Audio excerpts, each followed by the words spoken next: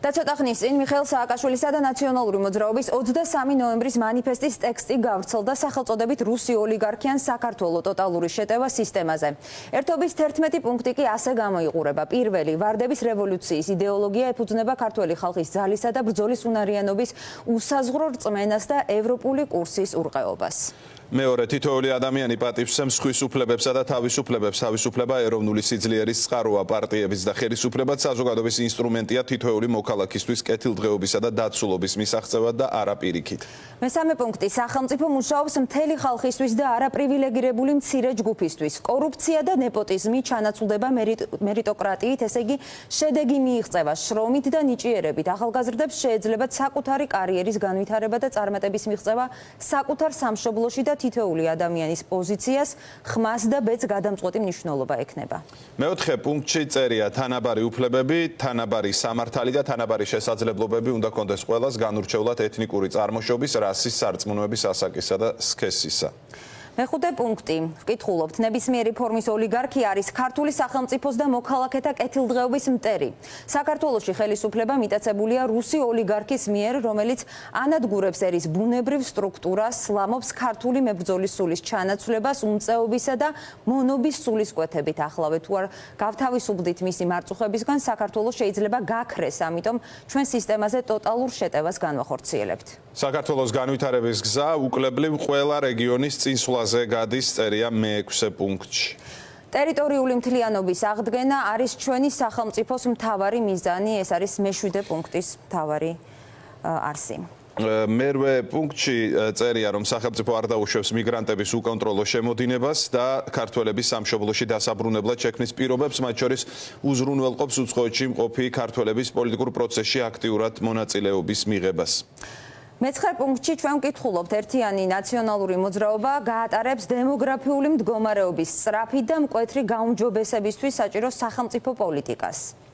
მე-10, ჩვენ უნდა უზრუნველყოთ, რომ არც ერთმა თაობამ თავი მიტოვებულად არ იგზნოს, ამისთვის პენსიონერებს ათწლეულების განმავლობაში უნდა მიეცეთ შესაძლებლობა კარგი პენსიით და თუ გადაწყვეტენ მუშაობითაც იცხოვრონ ღირსეულად, რათა ისინი არ იმყოფებოდნენ მონოპოლისტური ვალის ტყვეობაში. ამასთანავე მომავალ თაობებს მიეცემათ შესაძლებლობა მიიღონ ნამდვილი ევროპული განათლება ყველა დონეზე პოლიტიკური ჩარევისა და მანიპულაციების გარეშე.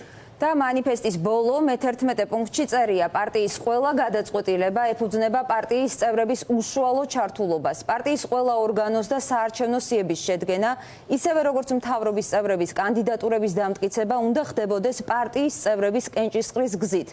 აღნიშნულ მანიფესტზე ხელმოწერით პარტია ერთიანი ნაციონალური მოძრაობის წევრები ვერთიანდებით და ვირაზმებით მთავარი მიზნის მისაღწევად გავათავისუფლოთ ჩვენი ქვეყანა საქართველოში ერთადერთი ოლიგარქისა და ერთადერთი არაფორმალური მმართველობითი მანკიერი სისტემისაგან, ნათქვამია ტექსტში. ასევე ვკითხულობთ, ერთიანი ნაციონალური მოძრაობის დამფუძნებლის, ვარდების რევოლუციის ლიდერის, საქართველოს რეფორმატორი პრეზიდენტის მიხეილ სააკაშვილის აქტიური ჩართულობა კრავს და აძლიერებს პარტიას, წერია ამ ტექსტში. ერთიანი ნაციონალური მოძრაობა იყო, არის და იქნება ღია ისეთი შიდა პარტიული პასუხისმგებლობის მქონე დისკუსიებისთვის, რომელიც ეფუძნება ერთმანეთის პატივისცემას, მიმართულია პარტიის გაძლიერებისკენ და რომლის მიზანიც არ არის პარტიაზე და მის მმართველობით ორგანოებზე თავდასხმა და მათი დასუსტება. ტექსტში ასევე წერია, ჩვენ თანხმდებით, რომ ერთიან ნაციონალურ მოძრაობას ყავს მისი წევრების ფართო ჩართულობით დემოკრატიული და გამჭვირვალე არჩევნების შედეგად არჩეული სრულად ლეგიტიმური თავმჯდომარე, გენერალური მდივანი, სამდივნო, პოლიტიკური საბჭო და რაიონული ორგანიზაციები.